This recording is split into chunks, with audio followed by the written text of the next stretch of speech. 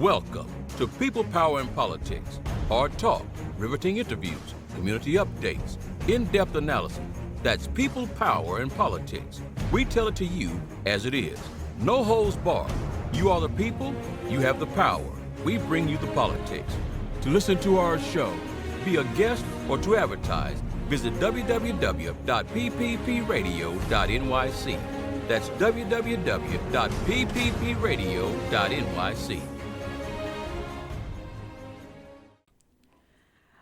Good day and a warm welcome to everyone. Today in the studio with us, we have a very special guest, Crystal Walthall, Executive Director of Faith in New York. So lovely to have you. It is so great to be here this afternoon. So can you tell us about Faith in New York's mission? Oh, sure. I'd love to. So Faith in New York, our mission is to create a New York City where all can live and thrive. And we do that through the work of everyday people, people of faith, who are committed to a vision of justice, transformation, and liberation in our communities. We understand that there are systems of injustice and oppression that impact the lives of everyday New Yorkers, particularly Black and brown New Yorkers, particularly people who are at the margins of socioeconomics. And it's our job to bring people together, to organize, to invest in leadership development, to invest in building community members who can lead movements to win. We do this in 4 key pillars of our work. One is leadership development. So how do we train and develop and make sure that our leaders have the power to engage powerful work to win? We do it through community education.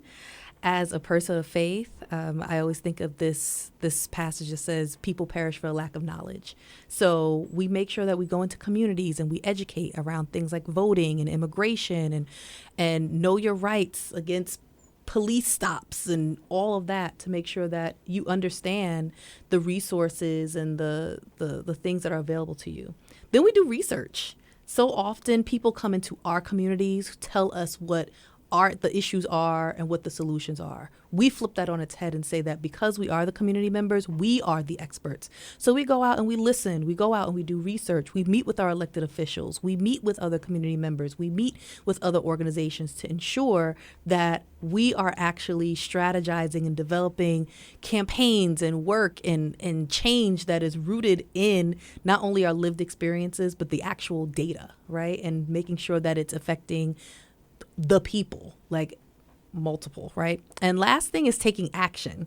It's not enough to do this in the 4 walls of our congregations or in our homes and have these conversations in silo. We have to take this to the public square. So we take action. So whether it's rallying, whether it's marching from City Hall to the White House, we want to make sure that our voices are heard and that the roots of change are being brought to the forefront. And the last thing I'll add to that is that because we are a faith-based organization, we strive to be a political and spiritual home for people, meaning that you're coming here both in your faith tradition, but also in who you are. And being able to live all of those identities in this work is very powerful. So that's why we're here. So as you stated, your organization highlights the importance of community organizing and advocacy. How do you envision your role in advancing these efforts within the organization? So as the executive director, I think it is a privilege and an honor to be able to lead such an incredible organization of community members and clergy and individuals. I call myself the chief cheerleader and ambassador and connector. I see my role as creating the conditions that allow for people of different faith backgrounds, different ages, different identities to be able to come together in a space that is clear on our values, our vision, our mission, and the shared things that bring us together, right? So it's being that person and also being able to set a clear path for us. So that way we're all on one accord. I agree. You have a very vibrant and bright personality. So you are that cheerleader. Not to dampen things, but I was wondering how the COVID-19 pandemic has affected your organization's initiatives and approach. Oh, my goodness. So COVID-19 was, we're still we're still understanding the effects and still experiencing the effects, rather, of COVID-19 in our organization. So although we're a citywide organization, our office is actually in Corona, Queens. And, Corona, New York was the epicenter of Corona, something that you just can't make up. So one of the things that was really impactful to us was just not even being safe, right, to do the work in the ways that we used to be able to do it, which is being face-to-face, being in congregations, being in community. So it really shifted how we organized. For the beginnings of the pandemic, everything was virtual. So we worked to create virtual community. Very early on, for example, we started a space called Moment to Pause. We actually started it probably April 2020 because we knew that our communities were separated, right? And so how do we bring a space together that we are engaging in interfaith prayer and meditation and really just caring for the mind, body, spirit of our people? So we used to do that weekly. We now do that once a month, but it also means that we have been more intentional as an organization of doing the work of healing and self-care as part of this justice work, right? The work of justice, the work of fighting for liberation in our communities can be taxing to the soul. And so COVID-19 forced us to really look inward and say, like, how are we minding not only the physical conditions of our people, but also the inner conditions of our people? So Moment to Pause was one of those things. We also focused a lot on virtual education. And so things around like education on COVID itself and vaccines, and like how do we really dig into the spaces and the resources that folks can make the decisions that they need to make for their own health and wellness in their community.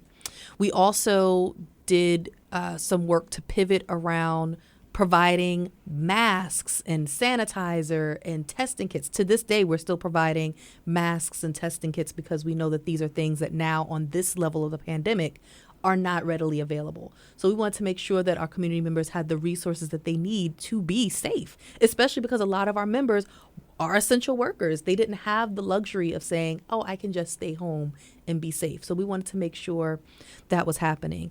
And I would also say that we shifted in our strategy, right? We are a faith-based organization. We rely on, being able to be at our houses of worship. So what happens when the doors close? Some of the doors still have not opened, right? And then here we are in 2023. So we've had to really shift around how we engage community, how we engage people of faith, how we engage congregations. And I would say that being able to take that, I would say, more critical lens of ourselves and our work has allowed us to be more innovative and really think about how do we reach our community, right? How do we reach older adults? How do we reach people of faith? How do we do this in a way that when we say we're doing this for all New Yorkers, that we can engage all New Yorkers? So we're still learning and growing, but I'm thankful that we've had this type of team to want to dig into that level of strategy in our work. I do like the name Moment to Pause, because we are in New York. It's always hustle and bustle. It's always on the move. So even I feel like with New York, it really did. It was a moment to pause completely. It was. And so, yeah, I do like that. You mentioned education, and one of the core initiatives highlighted on your website is equitable education. Yes. And as you mentioned earlier, that quote, people perish for a lack of knowledge. Right. So how would you contribute, or how... So how would you contribute to promoting educational equity through Faith in New York's programs and initiatives? New York has the most segregated city in the United States, most segregated public school system. Do you have any proposals in place to address the issue? So I am a former New York City public school teacher. I have been public school educated from K to master's. And so I understand the value of education on both sides of the desk and have seen firsthand on both sides of the desk the impact of having such a segregated school system. Our work right now works on, I would say, a macro and micro level in terms of what education and educational equality looks like, or educational equity rather, looks like in our city.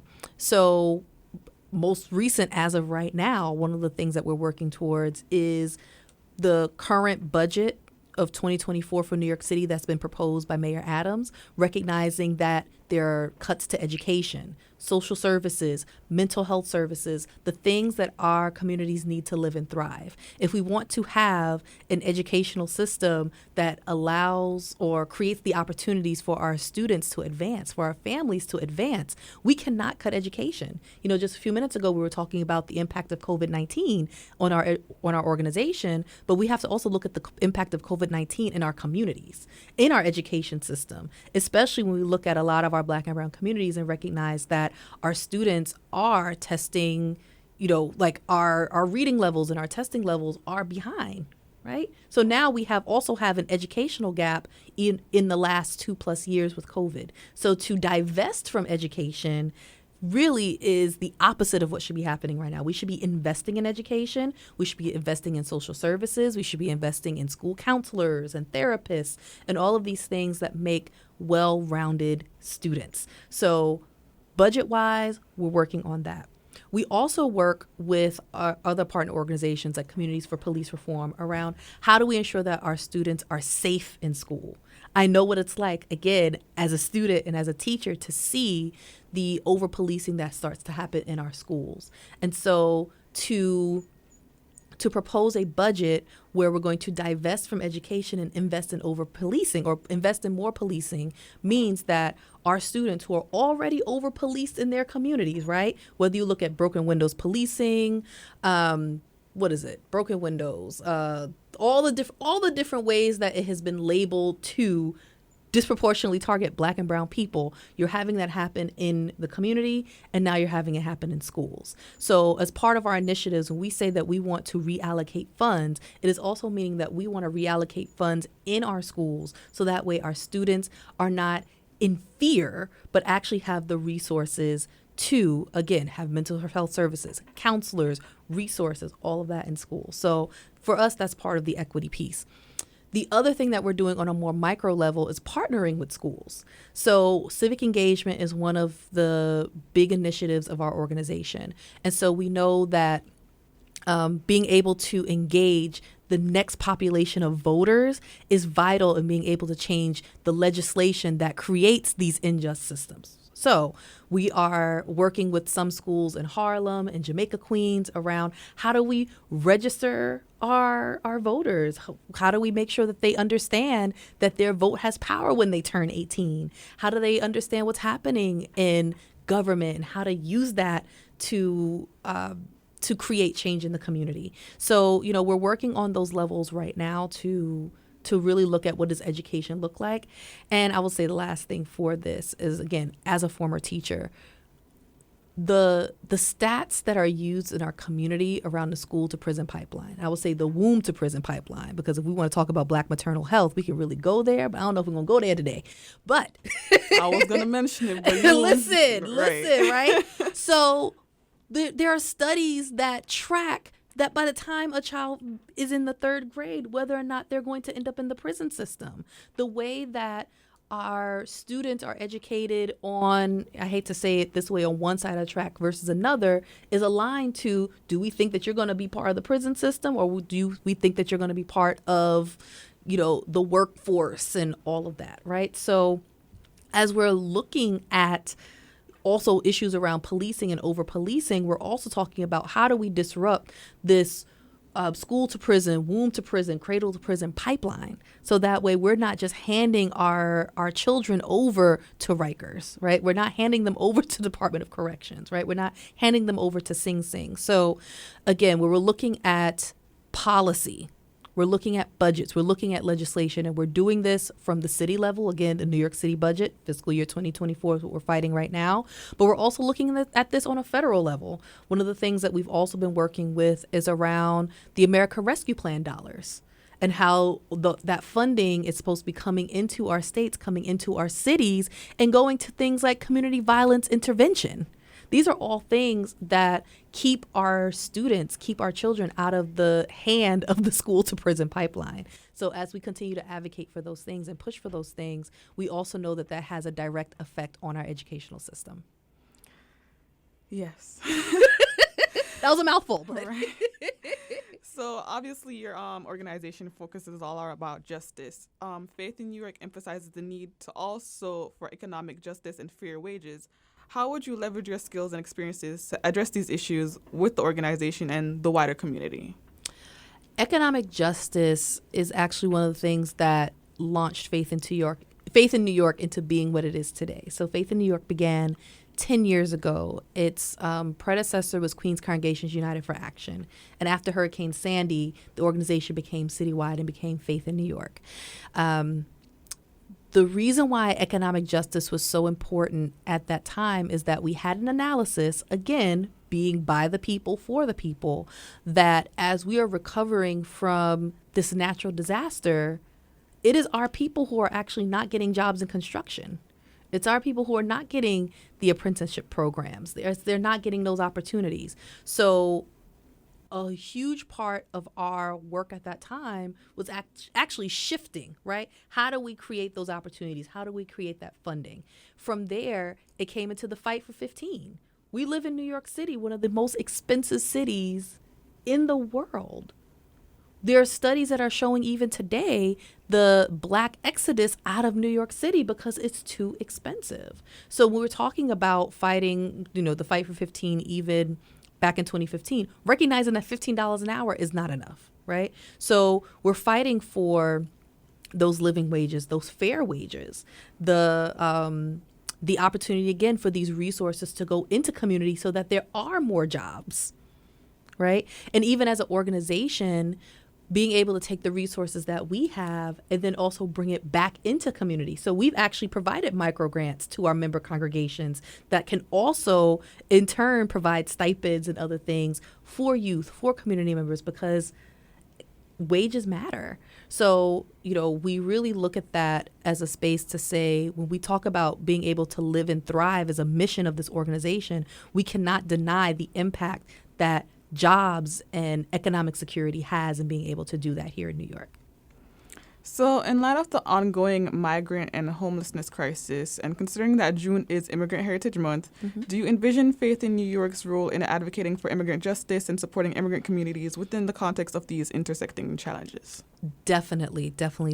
Again, our immigration work has spanned from City Hall to the White House. We work on it on a federal level because our vision is that there is a pathway for citizenship for immigrant communities.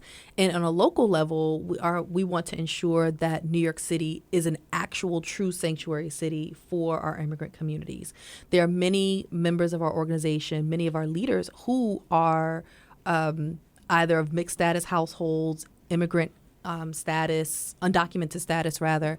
And so it is paramount for us to ensure that we are protecting our community members from ICE, right? From police collaboration with ICE, from being unjustly targeted because of their immigrant status. And now that we have the growing influx of asylum seekers in our city, how do we ensure that not only are asylum seekers protected, but also our immigrant families who are here in the city also protected? So we've actually been having conversations with our congregations, with our members around how exactly do we want to approach this, what's happening with asylum seekers right now. We know that the city is making possible for houses of worship to house asylum seekers, but we want to actually take this a step further. What does it actually mean for asylum seekers to actually be safe in our city, to actually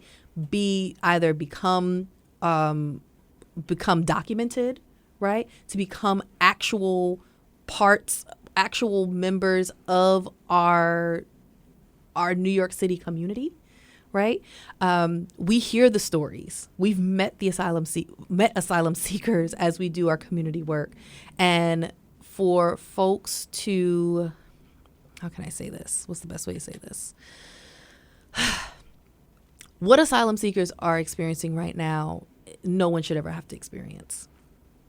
And so for our organization, for our organizing, yes, we want to make sure that asylum seekers have homes, that they're protected.